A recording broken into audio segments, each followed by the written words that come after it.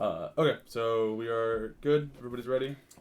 Why not? Okay, wonderful. So with that, hi and welcome to The Hype. With me as always, Bryan and Jon. Howdy doody. Today we're joined by Chewie. Hi. And then for the first time since our Christmas episode, right? Oh, God. We have Hunter on. What's up?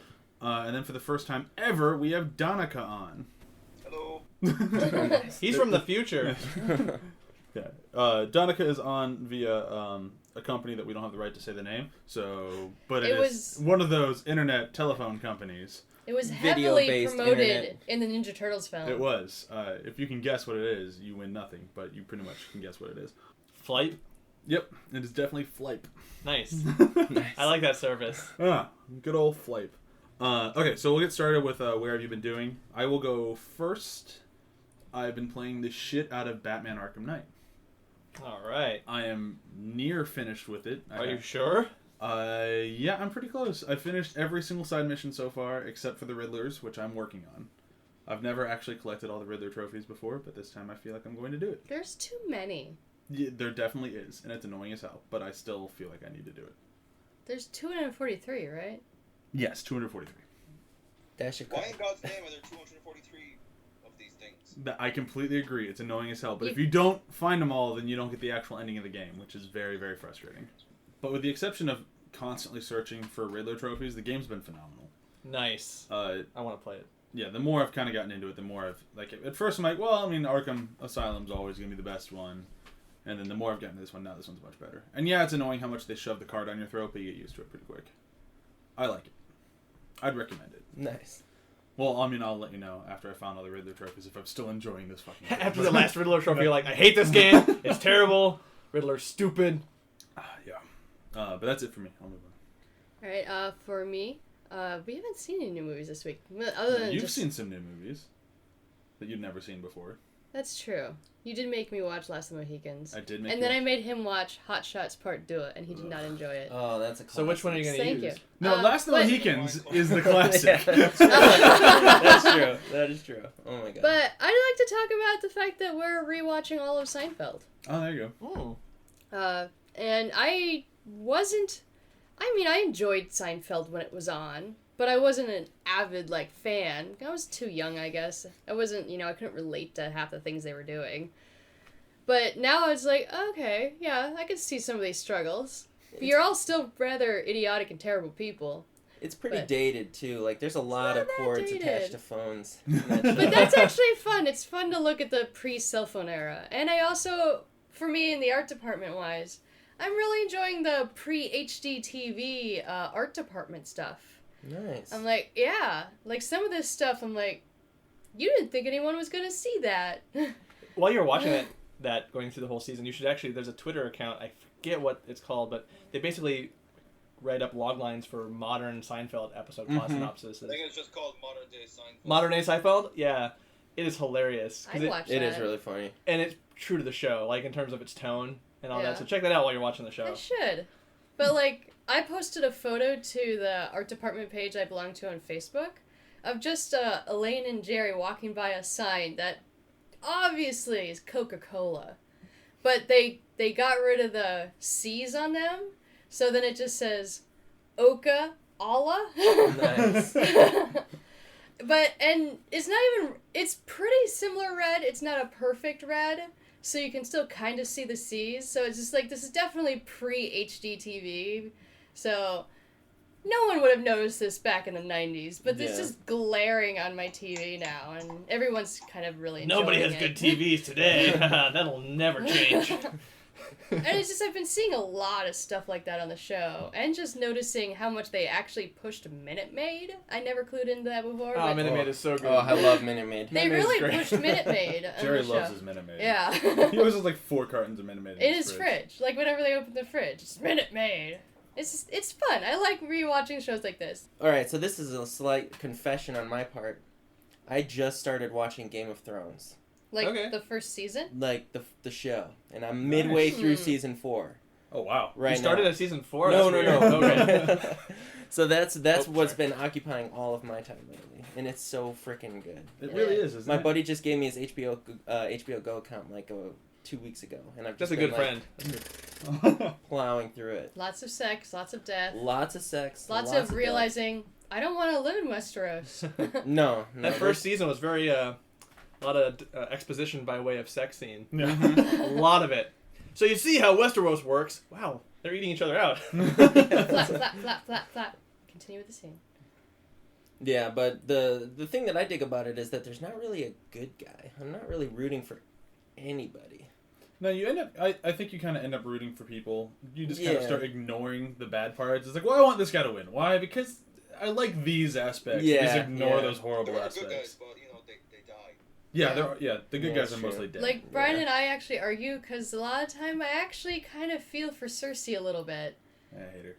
And he hates her. Yeah, And then Cersei, I I hate hate, Greyjoy. I hate Theon, and he's always Love about Theon. Theon. Team Theon. Theon is a great actor too. That Yeah. guy is. But he's a terrible What is person. it, Alfie Allen? Is that Yeah, it? he is a pretty terrible person. I'm not sure his name, I but think it's Alfie Allen. At least when Cersei's doing something, she knows she's doing something wrong. She just doesn't care. Theon is just kind of grasping at straws all the time.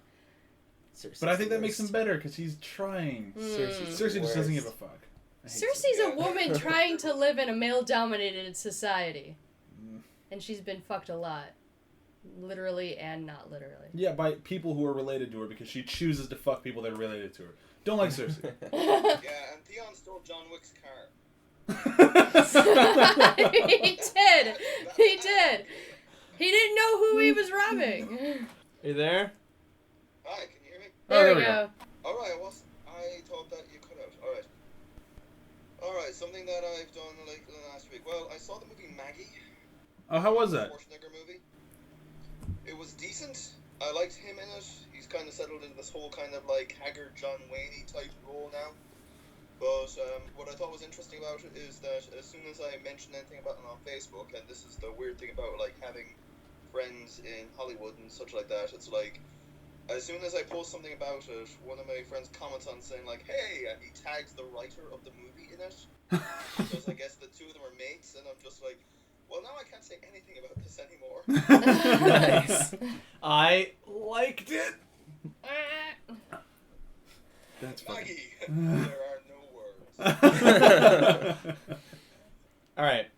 The movie I saw this past week, apart from the one we're going to discuss, is Under the Skin. Oh. Yeah. I decided to give that one a try. I fucking love that movie. And I wasn't sure I was going to like it just because it just, having only heard a couple people talk about it and kind of kept relatively low key on it, didn't know what to expect. Yeah. And I really liked it. It's fucking great. It does a lot of things that, that I rave about in Hannibal. Like the slow, plotting, like thoughtful, very meticulous. Mm-hmm. And this just takes out all the dialogue, essentially, which is... Well, There's some, but it's... they didn't write a script until you get to the cabin. Yeah. The And rest even of then, it's all unscripted. all of it's just inconsequential. It's just basic talk. Mm-hmm. And it's just all shown through... I don't know. There's a lot I liked about it. And I actually Wikipedia'd the source material after watching the movie. I do this a lot for horror and or existential movies. And I think they made some very right decisions making the movie the way they did. Because the book sounds really convoluted. I didn't even know it was a book. Yeah, it was a book before, and it gets way specific down to the details of why they're being harvested and all this other stuff that just... No, that's not the point. The point is just this journey, kind of this moment. And It's interesting. I think they really adapted it well. Yeah. If everything is as Wikipedia says. I think this is This thing was supposed to have been like adapted a million times beforehand. At one point, Brad Pitt was going to be in it. Really? Huh. Yeah, you know that one like watchful protector, the guy on the bike. Yeah. All right, he originally had a much larger role, and there was more dialogue and things like that. And the way that they were describing the the movie that Brad Pitt might have been in, I'm just thinking, so this is the movie I Am Number 4. Did any of you see I Am Number 4? I remember that movie happened, but it looked terrible. It was terrible. You were right. But yeah, no, like the motorcycle guy, it was great that they made his role such a mystery. Because again, it actually made me go research the movie. Like, I like movies that can kind of do that. Are we good to move on for the movie of the day? We are good to move on. Let's do it. All right, so today's movie, if we have not mentioned it, I think we have. Have we? Maybe not. Is The Babadook. Babadook, duck, duck. Babadook. Oh, that is so much creepier coming from the computer. It's so creepy coming from Flight. It did What's basically. this weird YouTube video that just appeared? This movie made fucking nothing over here. It made $950,000. And all of that came from Cinefamily here in LA. Yeah, pretty much. It made $3 million foreign, and all this is foreign. I'm guessing that's basically just Australia.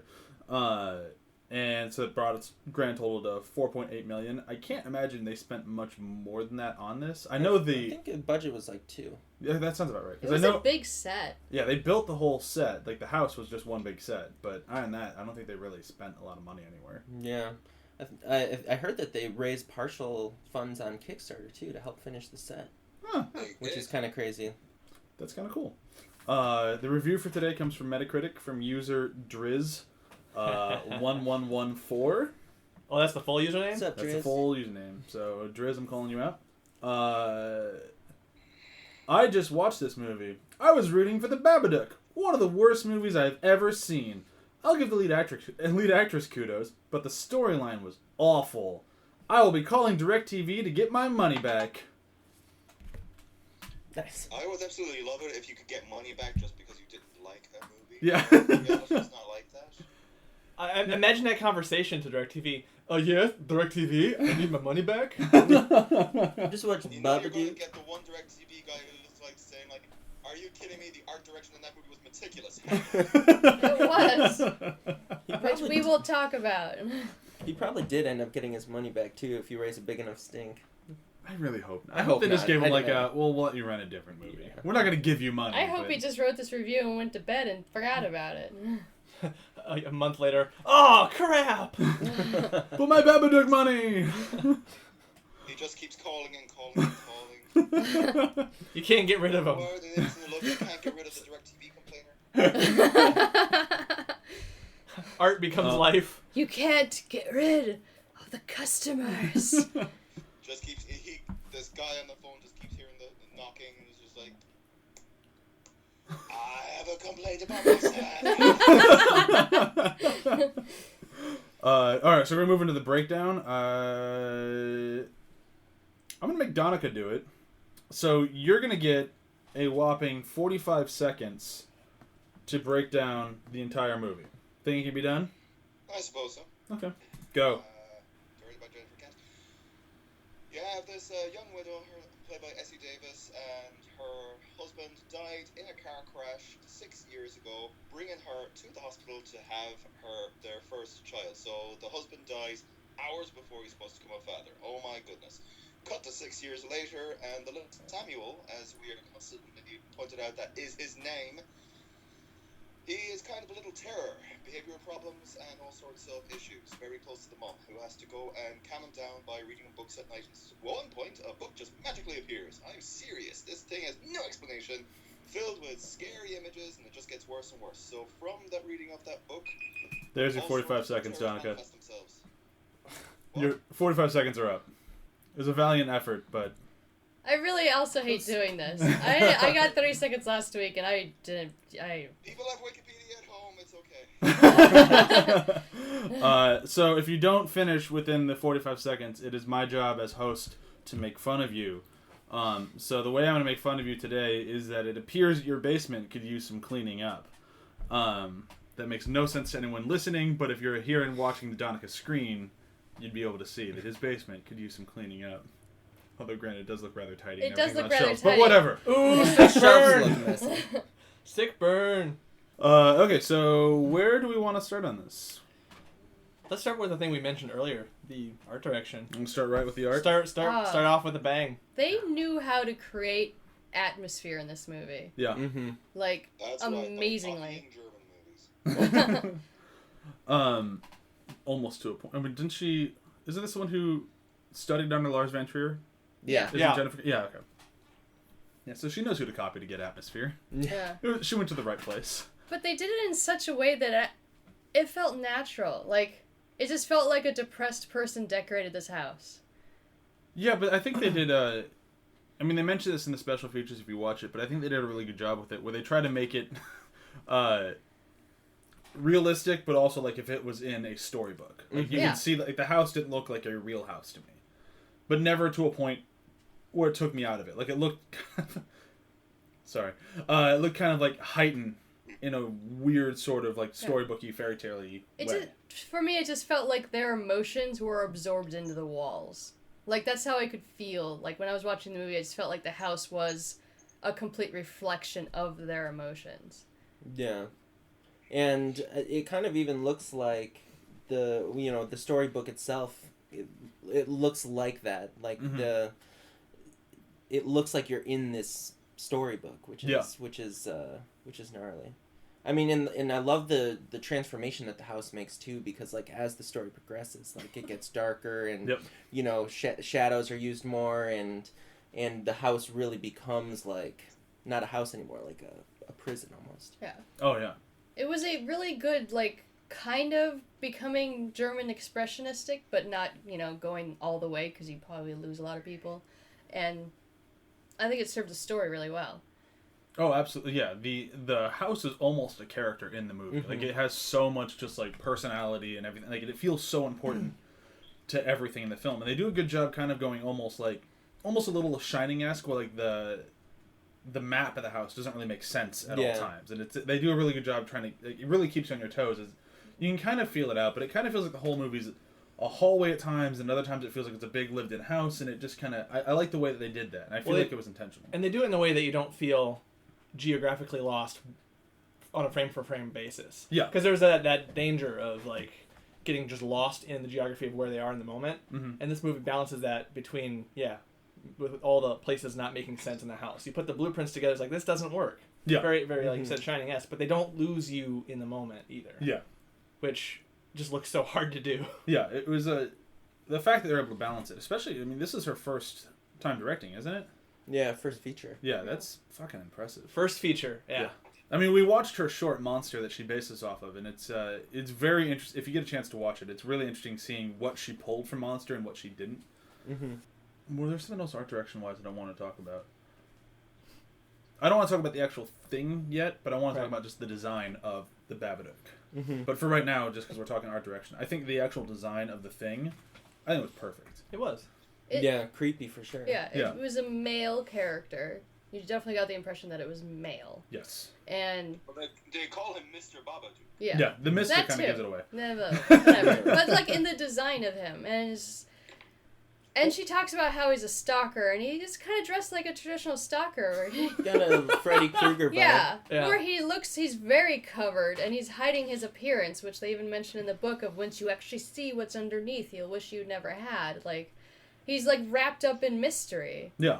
It also does a very interesting kind of blend of kind of classical tropes, but then some modern creepypasta that you might see online. You could actually see an online kind of on the internet creating something like this. Yeah. It has a very, like, I don't want to put the comparison to Slenderman because that's different, but that was born out of, like, just the ether here. And just, he feels this way. He feels built kind of that way.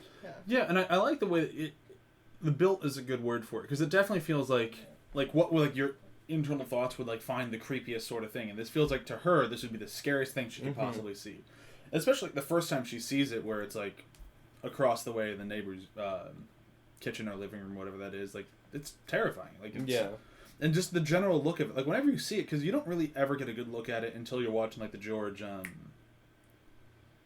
fuck is his name, old school director. When she's watching television. Méliès, thank you. Yeah. But when she's watching like, the George Méliès movies, that's really the only time you get an actual look at the thing. And even then, it doesn't feel like a full representation of it. It kind of feels like it's what you would project onto what you were just watching. Yeah, it's that version of it. Yeah, it kind of feels like if George Méliès made a Babadook in his films, this is what it would look like. So it kind of feels like, I don't think we're actually seeing the Babadook in those scenes. But that's the closest look we'd ever get at it. Yeah, and it moves very quickly too, which is, I love its movement, like just that it doesn't, you never really see it walking, or it just kind of like shifts, like which is super creepy. I don't know. And it's always kind of, just a little bit off to the side, a little bit kind of like, did I just see what I thought I saw? Mm-hmm. Yeah. Which is, the internet's been very good at making that kind of horror. Just like this, am I sure what I saw? Yeah. And that's really a strength in this. Well, it's one of those things where you're just tying in, like, aspects and characteristics of things that people find frightening. And, like, everything you guys just described is a lot like a spider. And then that also works into how his hands, but they're kind of claw-like, but then they're also not. They look like gloves, but then they kind of look like a spider's legs at the same time because they're kind of shiny. Yeah, it's definitely a blend of all sorts of different horrible things, because it's Yeah. kind of a man, it's dressed in clothes, but it's kind of got a furry face and gnarly claws. Like, you don't really know what it is. Yeah. And that's great, and because it is just the embodiment of her fears and her stress. And it makes you obsessed. So that's one key that I think helps this movie along too, is that you don't know what it is, but you're almost on this verge of obsessed of finding out. Mm-hmm. Like, it's a weird thing that I love in horror, where it's like there's just enough to make you like, what is that? I can't stand it. I hate it. What is it? I'm scared of it. It's a good thing where a bad horror movie will make you go, and not necessarily a bad one, but like a horror movie a lot of times will make you go, what is it? I don't want to see it, and you look away. And I think the Babadook does a good job of making you go, what is it? I need to see it. So it's kind of like with the character in the movie being as on the nose and cheesy as I can, it makes her face her fears just like it makes the viewer want to see what it is. Yeah. And I think that's a really impressive thing that they pulled off. But I guess since we're talking about the Babadook, we can just keep talking about the Babadook and see what people think it was. Which usually we just talk about filmmaking on Like this podcast. what it but actually was, or what it yeah, represented? I think it'd be interesting to kind of, because I mean, if you watch the special features, Jennifer Kent, right? She talks about how at the end of the film, she's like, she really wanted to make sure that people had their own take. Like, was it a supernatural beast that she basically called to with her depression and rage and whatnot? Was it just psychological? Like, was it ever actually a thing? Was her kid just kind of nuts? Like, what was it? So I kind of want to take a poll of the people here and see what they think it was. Because I think it's kind of interesting. Nice. I like movies that have that open sort of feel to it. So on my first viewing of it, as soon as it ended, I went to, Google and read reviews and literally, I think I even Googled, like, is the Babadook real or something like that. The first impression that I had is that it was an entity that existed, in this place with these people, that was released via this psychological trauma. Right. So I do think that it was. I mean, and maybe this is just because I like the Babadook and I want it to be real. Yeah, I want the Babadook to terrorize other people. Yeah. I think that it was definitely a real creature that existed and wreaked havoc on these people. Okay. And then I took it as kind of the opposite of that. It wasn't real. It is the mother. Kind of this very. Yeah. It's a very parent thing. Mm-hmm. And being a parent myself, there was a lot of ties that made this movie also uncomfortable to watch, but also really like you're like, okay, I see this. He's not real. The Babadook's not real. That's just the scariness of the mother, kind of losing herself and becoming the monster. She's seeing what her child sees in her, sort of thing. Like there's a lot of that. So I don't find him to be real. It's more symbolic of the mother. Okay. Donnacha, what do you think? I was thinking that the Babadook was a manifestation of grief. Yeah. It's just that everything about the way that she's carrying on is all based out of denial. And the idea being that you can't really suppress any of these feelings for very long because they will go and come to that manifestation. It's not only the grief over, let me rephrase. It's not just like bad feelings over like I'm so sick of having to deal with this terrible child or anything like that, but also the constant grief of not coming to terms with it over losing the husband, Oscar, I think is his name. That sounds right. She hasn't really dealt with this head on for about 6 years. She still has bad dreams about it. She won't let anyone talk about it. She won't let people say his name when they're talking about him. Like, stop talking about him. And don't try not to make me deal with this, basically. So the Babadook is a manifestation of the fact that she's never come to terms with the fact of grieving, and now you can't just lock it away in the basement because that's where she's got all of his stuff and everything. Yeah, I'm not very good at articulating these, but that's You're actually doing better than you think you are. Okay. All right, so Well- go ahead, sure. Well, I was gonna say for me, like, for me, it can exist in the two different planes. One, whether or not it's a reflection of just her emotions, or two, if it's a real object. Because to me, if it's a real entity beyond her, like, emotions, like Donnacha was saying, I think it would be like a fallen angel that became a demon, essentially. Mm-hmm. Because it was just like this creature that probably goes around the planet seeking out souls, per se, of children, and just trying to find ones that it could take easily. And he probably honed in on the mom, thinking, this woman hates her son. I could probably get this kid. So then he's torturing her and everything. And he says, give me the boy and I'll leave you alone. Mm-hmm. Give me the boy. She almost does it. She really he possesses her and she almost does it, but then she fights back because motherly love or whatever.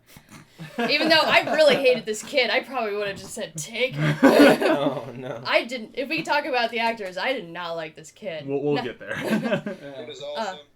I agree with that. I agree. He's awesome for the role, but that made me hate him because his screaming was just so aggravating. And then, like, at the end, when you're about to actually see him, when she confronts him head on, all you're seeing of him is this dark void with these things that almost look wing-like, just kind of slowly spreading out. Yeah. And then, she confronts him and banishes him to the basement. Yeah. And then she takes care of him, which, if you're a fallen angel or whatnot, if you read any scripture and things like that, a lot of them kind of feel bad that they're in this predicament, but God won't let them back up. So now he has, like, this thing to care for him in his own remorse, because he's fallen. It's an interesting theory.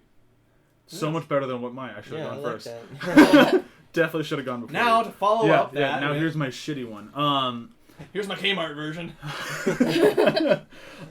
Mine's kind of like a mixture between what Hunter and Donnacha said. I do think that it's definitely a real entity. I don't think that it's just like psychological, but I do think that it 100% came from her. So I think it is essentially kind of what Donnacha was saying. It's her grief turned into this. Like, she didn't deal with it so long that it basically kind of became its own thing and became something that will physically attack her. Like, it's been ignored for so long that it's kind of like an angry 2-year-old was like, fucking pay attention to me. And it does it in the biggest way possible. And then I like the way that, because I think, and part of the reason I love this movie so much is I think it's one of the best movies ever dealt with the subject of grief and not dealing with it. And it's part of the reason why I think this movie will stand the test of time as long as I think it will. But by having it so in her face and she can't ignore it anymore, she eventually does have to deal with her grief. But then, much like with grief, you can't really forget it either. Like, it's not just something like once you deal with it, it's just no longer a thing. You kind of have to keep it and feed into it every now and then. So much like she keeps it in her basement and she literally feeds it. So it is a little on the nose, but I think it works. But so that's why I think it definitely is a real thing, but it is also kind of psychological, because if she had dealt with her grief at one point, the Babadook would have never come after that. And it is a mystical theme in a lot of texts where if you have such a powerful emotion, it can become an external force. Yeah. But yeah, so that kind of makes sense, right? A little bit? Yeah. For sure. What I like is that all these takes work. Yeah. In the context of the movie, and then they still come to the fact that it all boils down to just not dealing with it. Yeah. They all end up dealing with this theme of just, you deal with it, but it's not a finite thing. Yeah. You're always going to be dealing with it, but, deal with it. Let it loose. It's like a steam cooker. You gotta let the pressure out. But for me, I like that this movie did a good enough job making it open-ended to the point where we can discuss it and not feel like, but none of us felt like we got gypped. Well, it's where she intended to end it movie. Like, here's the final sentence, here's the exclamation, and what do you think? Yeah. This is what it is. Okay, well, I think that's kind of a natural place to move on to talk about the actual actress. What's her name? Essie Davis. Essie Davis. I was saying on this last rewatch that if this was remade in America, she'd be played by Julianne Moore, and they'd make her cry even more. That's not too far off. But no, I mean she was fantastic, and I don't think that they would even try to remake it. If anything, make a sequel to it. Like, it leaves it so open ended that you could. Like, you could. And that Jennifer ending Kent's is so been pretty. scary, She's been pretty firm about no sequels. Really? Yeah. None at all? Yeah. Oh, that's too bad. You could do inspired bys. I mean, Yeah, you could do a spin-off. do a different emotion or something Yeah. like that. But Maybe it's like Inside Out, but horror. Yeah. Nice, I like that. I think I'd like it more. But I mean, I love that. I mean, when an actress is taking a role like this, I imagine it's got to be something you'd be excited to do because you're playing something that has so many different levels, and I think that's got to be exciting for her. And she really dove into this thing head first. I would just feel bad if you're a method actor. The way this movie would ruin you. Oh yeah. Like, I can't imagine. Actually make yourself feel that emotion for so long. Well, I mean, the way that she had to portray just hating her child. Yeah. Like that was rough. Like it's rough. Like I now have seen the movie almost 10 times. With that undercurrent of even with the hate, there's still that just love, absolute love, and it's a very tough thing. Yeah, it's thing to convey because it's not tangible. You can't just put it on paper and be like, oh, that makes sense. Yeah, and the amount of work that she and Jennifer Kent had to put in together just to try to make this a likable mother who blatantly hates her son and tries to kill her son. It makes it like that's a tough balance, and I think they both just knocked it out of the park. Like it is surprising how good it is. And I really think it's kind of a trifecta though, because the son, this Noah Wiseman who plays this, kind of disturbed kid, there's a really awesome shift I felt in the movie where you start the movie by feeling so bad for this mother and hating this kid. Yeah. And then by the end of the movie, you feel so bad for this kid and you kind of hate this mother. Like, yeah. That it's really like they all knock it out of the park, and it's so heavily reliant on these two actors that if one of them was bad, the movie would have fallen apart. Oh yeah. And they both did a really good job as their characters. I mean, I was about to say especially for a 6-year-old, but even not for a 6-year-old. I mean, the fact that he was 6, I think, is shocking. They got that good of a performance out of a 6-year-old. Yeah. Like, he was fantastic. To the point where Chewie would actually probably murder him if he were to show up in our house. I would be like, you don't talk. You scream at once, you're through the window. But I think the kid was just phenomenal. Like, oh yeah, phenomenal. Like, however much all I can do is be like, sigh, yes, I agree wholeheartedly. However much I hated the character, because, everything that I fear about becoming a mother someday is manifested in that child. Mm-hmm. But he does have the redeeming quality that he sticks by his mom and is actually clever, and he knows how to make things, and he knows how to stop his mom without actually killing her himself, and I can really appreciate that about him. I can admire that about that child, but I still don't want that child. My favorite scene is where he's freaking out about the Babadook in the car. Oh my god! You can't see it, but because of his acting in there, I'm freaking out about that. Like, because it's like, where is it? What is it? What's going on? Like, it feeds into the parent-child thing so much. See, I just had the, please just have a seizure. Okay, you're not talking anymore. Good. All right. See, no, like that scene, I think I could argue it's the best scene in the movie. Oh, he did great. For sure. Like that scene, just like, he was so good in it, and just like screaming, stop, and just that immediate look to the like, oh shit, that was great.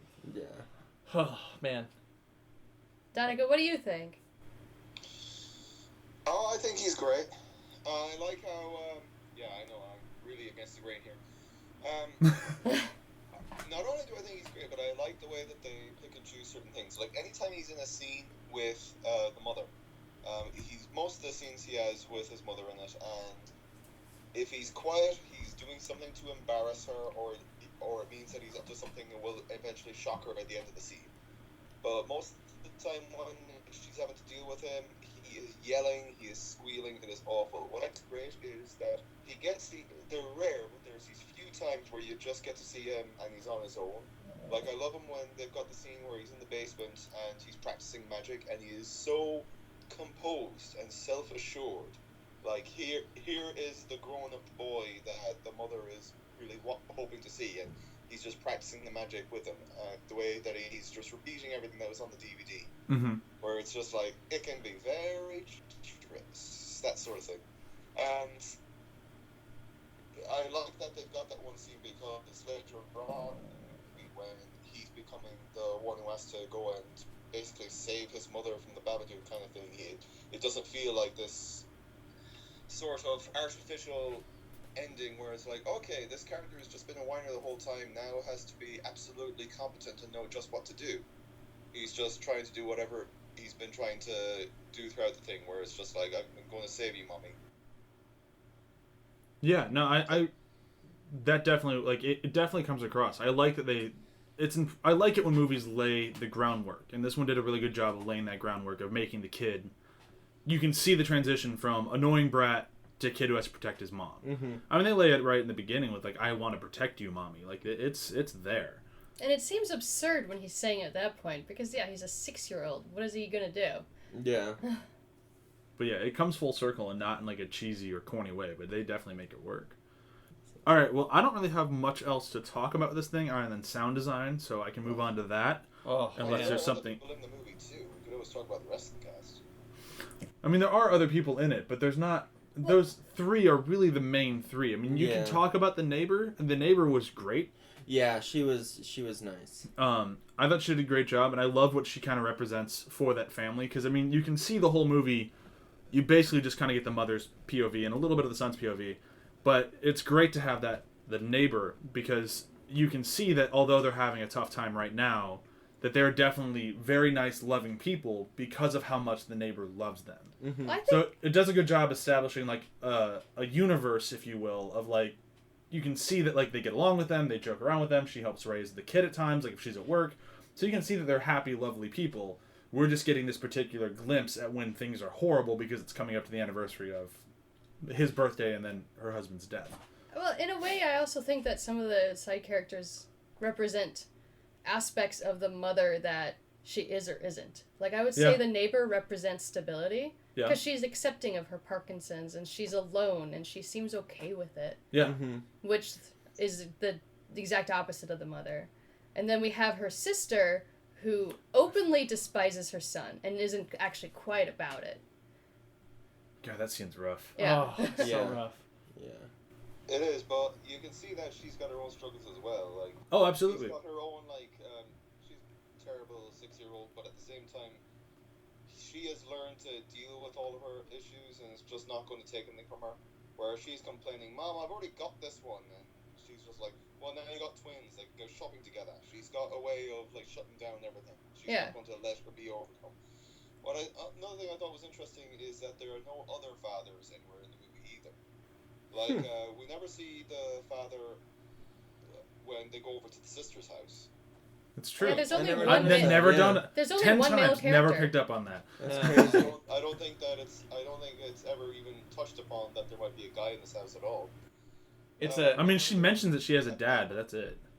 At the birthday party for the daughter, I believe that it's only the mothers that are coming over. There's no dads. Mm-hmm. Yep. I think you're right. Yeah. And they're all wearing black. And even that the one guy is kind of a bumbler. Like, there's kind of this sense of just absent male figure, which you could write a paper on that. No, I mean, I would give the bumbler, if you will. I think he kind of, like, if you're going for, like, them representing things that she wish she had, he represents hope.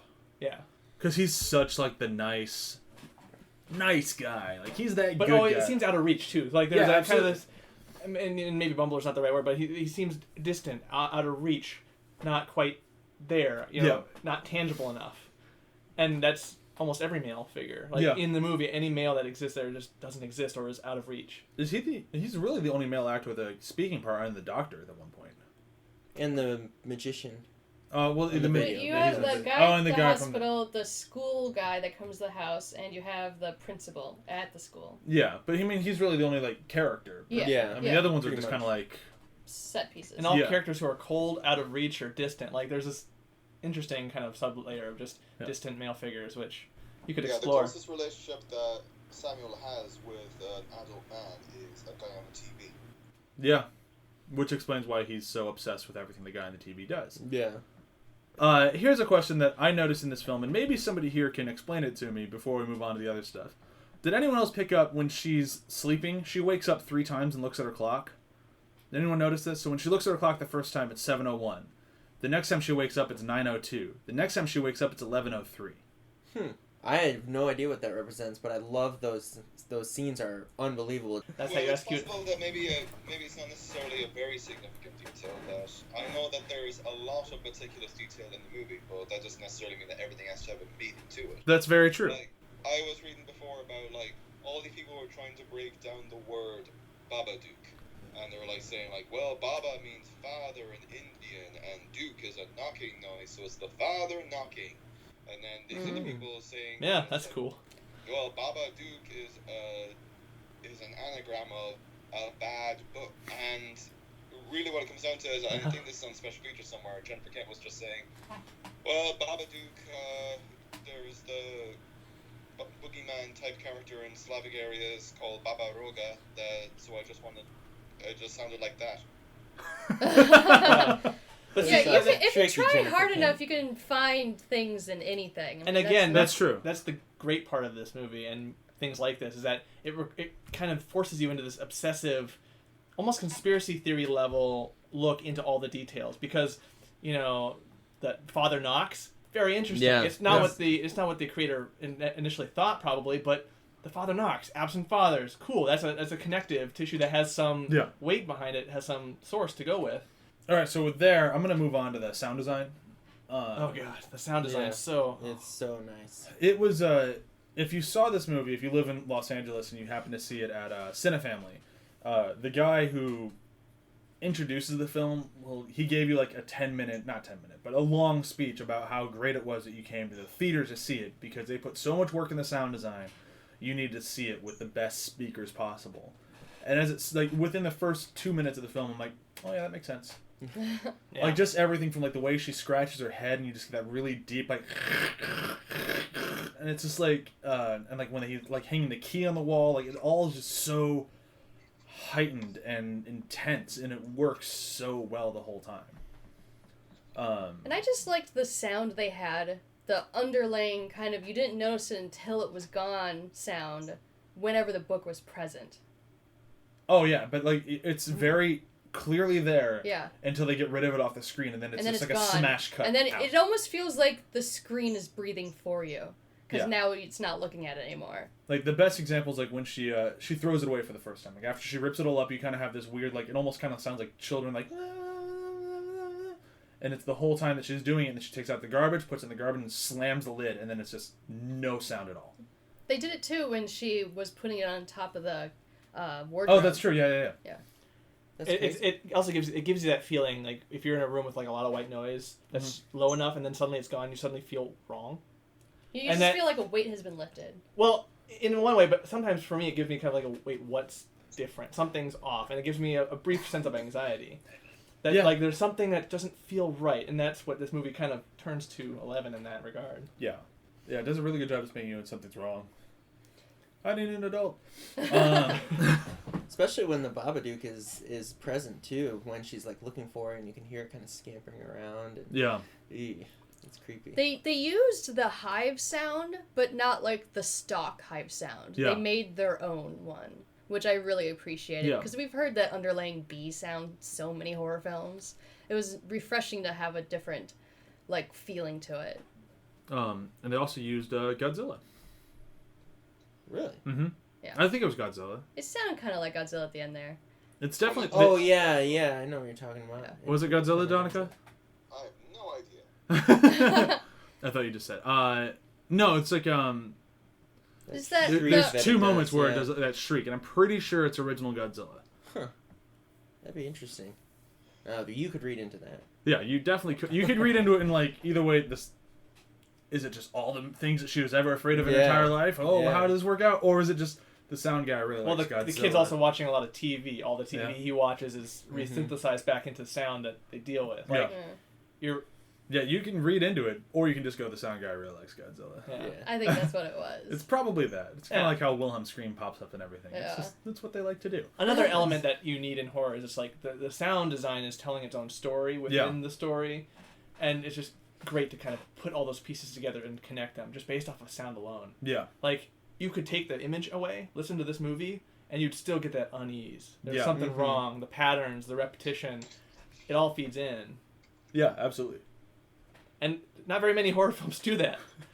What I think is interesting about something with the sound design is that later on, when you've got the Babadook has kind of taken control of the mother, how her voice gradually is going down in pitch more and more whenever she is upset. Like, at one point, she's just yelling at the sun, and it's just like this. Oh, like the I am your mother. Suddenly she's developed a baritone, yes. Where it's like the Babadook is speaking for her. Now, I'm pretty sure that's the sound design thing, because while Essie Davis is very, very talented, not entirely sure does she have that control of the voice like that. I just thought that was a very interesting touch. Yeah, I agree. I think that's definitely something they had to throw in there, because it's very clearly slightly supernatural. Mm-hmm. And I think by just pushing it just a hair, it gives it that extra bit of creep to it. Where if it's something she could actually do, I don't think it would have sounded as creepy. Yeah, and I think there are times when the Babadook's voice really speaks through her. Yeah, absolutely. Which, yeah, Like it's creepy as hell. Okay, but in the interest of not sitting here all day and talking about this movie, as much as I'd love to, we really could. I feel like we should move on to the end of this podcast, which starts, of course, with quotes. I can go first for my quote. Please do. And I was going to pick a very, good to the film quote. Like, speaks about the movie in a good way or something like that. And then I decided, I'm going to go for one that made me chuckle. Because I like to laugh. It's what I like. Where did it go? Or did it not save? It probably didn't save. Either way, I remember it. So, it's... After the kid gets his cousin all riled up and scared of the Babadook and whatnot, his mom's gonna yell at him, and he throws the firecracker on the ground and it blows up. And she's yelling at him in the car, going, "And where'd you get those firecrackers?" And he goes, "You bought them for me on the internet." And she goes, "Well, that's the end of the internet." And he looked so annoyed. I just like saying that's the end of the internet. It's pretty great. No, that is awesome. great. No, because it's not only is that something that a mother would say, but at the same time, it's the beginning of her cutting off any and all communication with the outside world. That's very true. Yeah. So you see, it feeds the theme. I'll go next. Okay. For me, this is a quote that, to me, is the first time where the boy is actually standing up to his mother. Mm-hmm. And it's such a gut punch, like emotionally, like you feel the physical punch that's put on her. Oh, when he yells, "He's my father. You don't own him. You won't let me have a dad." Yeah. So when she's yelling at him to not be in the basement, and it's just like him really expressing also his frustrations, and wanting to have a father, whether or not he's physically there or not, to know of his father, and she just will not let it happen. Yeah, she says something like, well, it's my husband, and he shoots it back, and he's totally right. My father. Yeah, and he's totally right, because he has just as much ownership of that, relationship dichotomy as she does. Yeah. Nice. Oh, man. Quote, huh? Can I just quote, Baba? You can. No, I mean, that's like some scary shit. And this movie is really, really scary. And while you don't even see the Babadook on screen a lot, it's always there. And it is such a presence in the movie. Yeah, and when you hear it speak, and granted it's only a handful of times in the movie,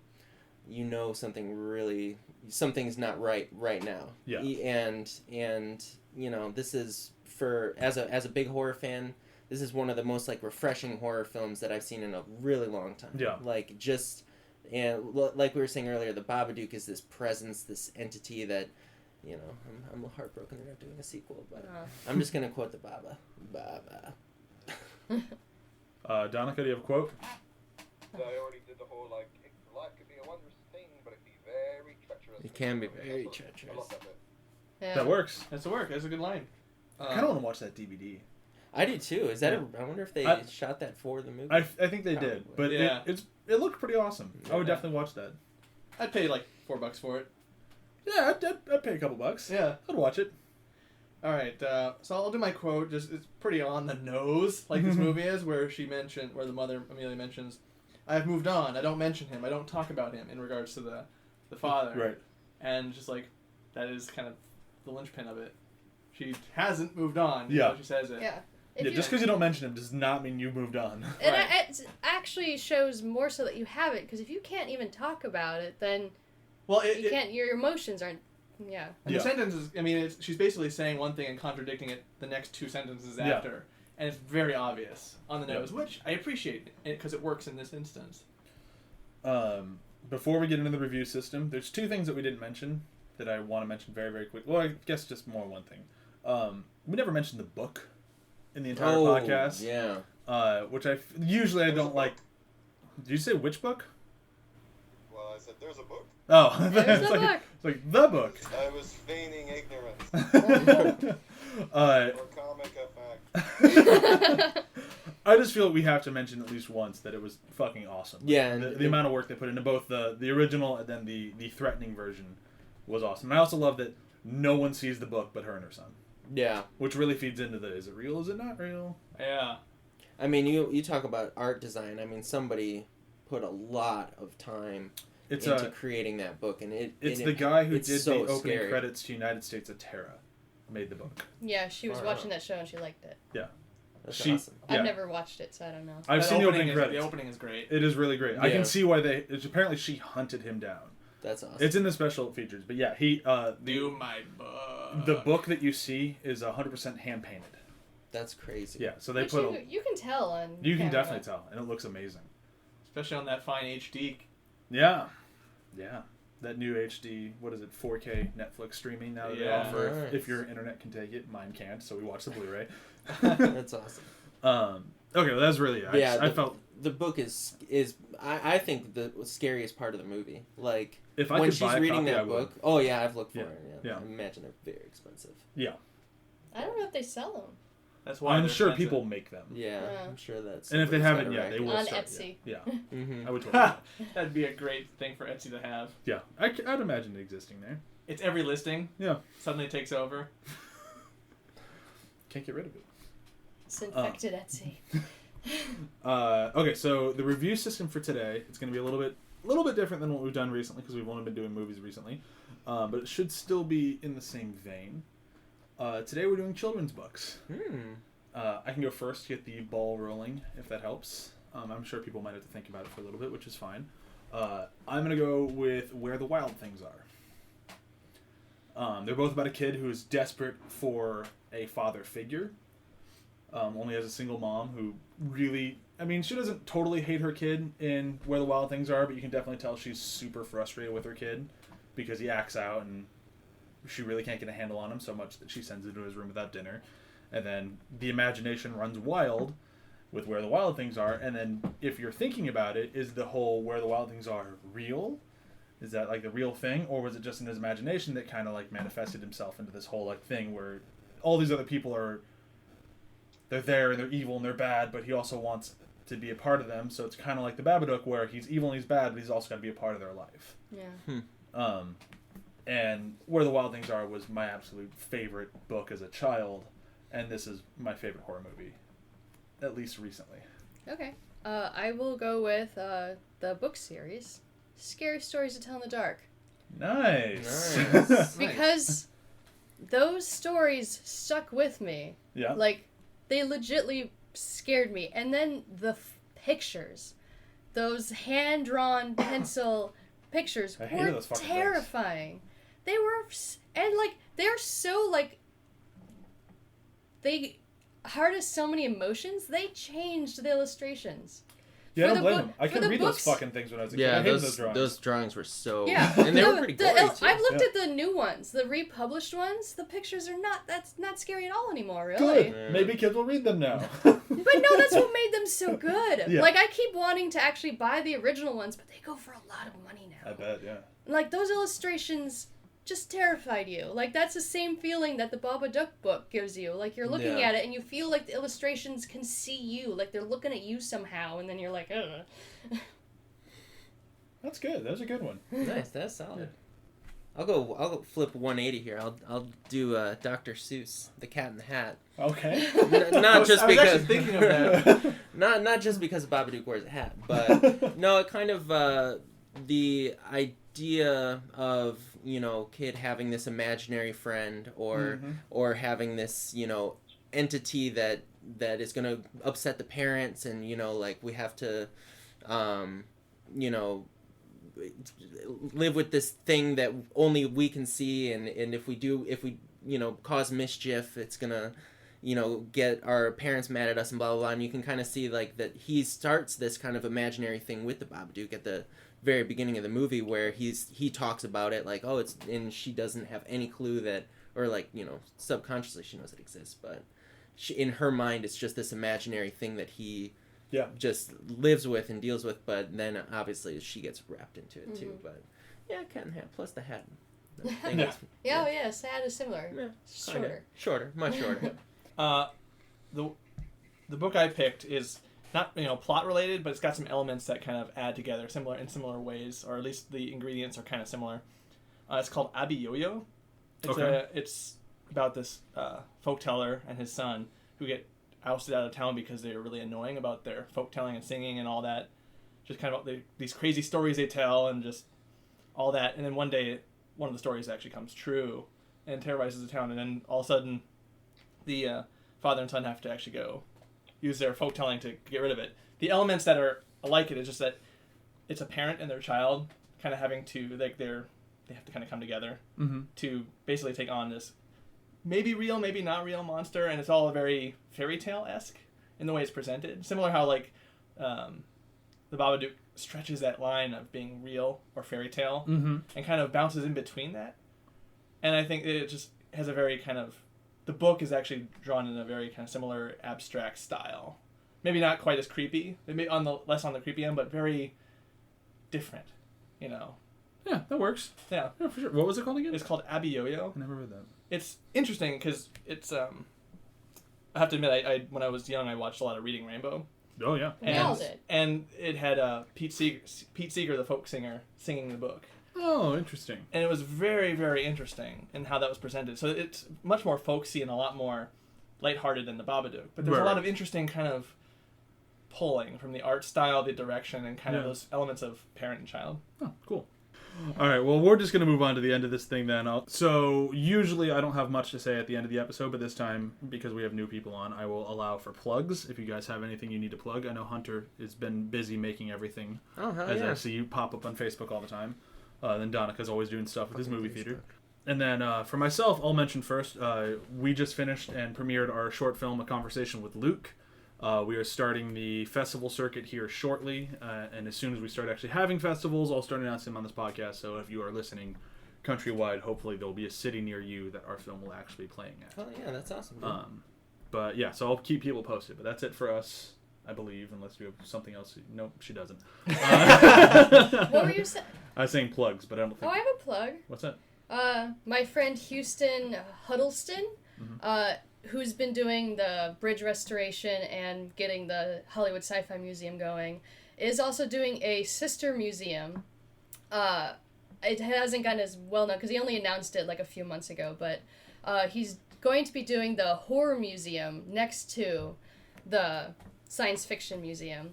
And it's on Instagram, it's on Twitter, and he's going to be needing donations and everything. I mean, because he's doing both museums crowdfunding, essentially, trying to get, the fans to want these museums and get them to happen. And he's gotten amazing response for the science fiction museum, and I'm really hoping he gets the same for the horror museum, so we can really get that going. And you can look him up online. He needs volunteers to help with some organization and just to spread the word on the internet.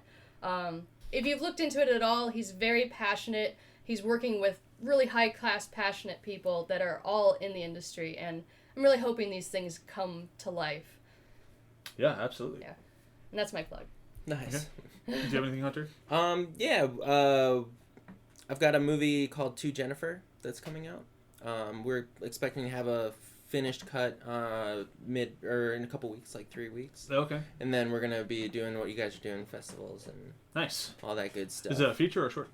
Feature. Nice. It's an iPhone feature, actually. Oh, okay. So it's a hard R rated, kind of found footage style horror movie that a lot of crazy stuff happens. Nice. Okay. It's gonna be pretty Cool. It's pretty gnarly.